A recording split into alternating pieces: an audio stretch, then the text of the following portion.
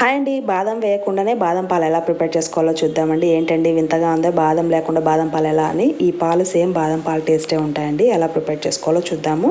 వీటి కోసం జున్ను పాలు కావాలి. సో జున్ను పాలు తీసుకున్నాము. ఒక తప్పిల్లో జున్ను పాలు వేసుకొని మీ స్వీట్నెస్కి తగ్గట్టు బెల్లాన్ని ఇలా దంచి వేసుకోండి. తర్వాత ఆ బెల్లం మొత్తం ఈ గిన్నెలోకి, పాలు వేసుకున్న గిన్నెలోకి వేసి స్టవ్ ఆన్ చేసి ఈ తప్పిల్ని దాని మీద వేసి బాగా మరగనివ్వండి. సో ఇలా పొంగిన తర్వాత మనకు స్టార్ట్ అవుతాయి. ఈ జున్ను పాలు అనేది 3rd, 4th డే తీసుకుంటారు కదా, అవైతే మనకి ఇలా బాదం పాలు లాగా వస్తాయి అనమాట. ఫస్ట్ డే జున్ను పాలు గట్టిగా వస్తాయి. సో ఇలా 4th డే అలా అయితే ఇలా జున్ను పాలు లాగా వస్తాయి. సో ఇది బాగా మరగనివ్వండి.